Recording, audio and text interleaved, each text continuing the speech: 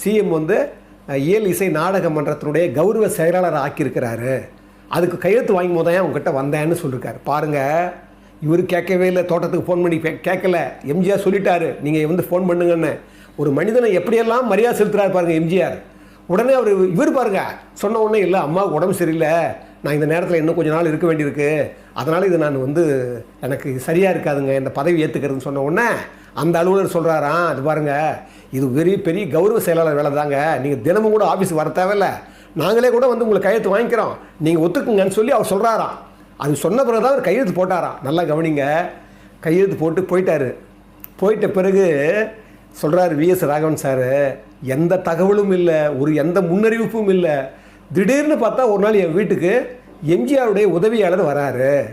அவர் வந்த உடனே என்ன பண்ணார், என்னடா வராருன்னு சொல்ல உள்ளே போகிறேன், உள்ளே வரவழைக்கிறேன், வந்தால் ஒரு பெரிய கட்டு கொடுக்குறாரு, பெரிய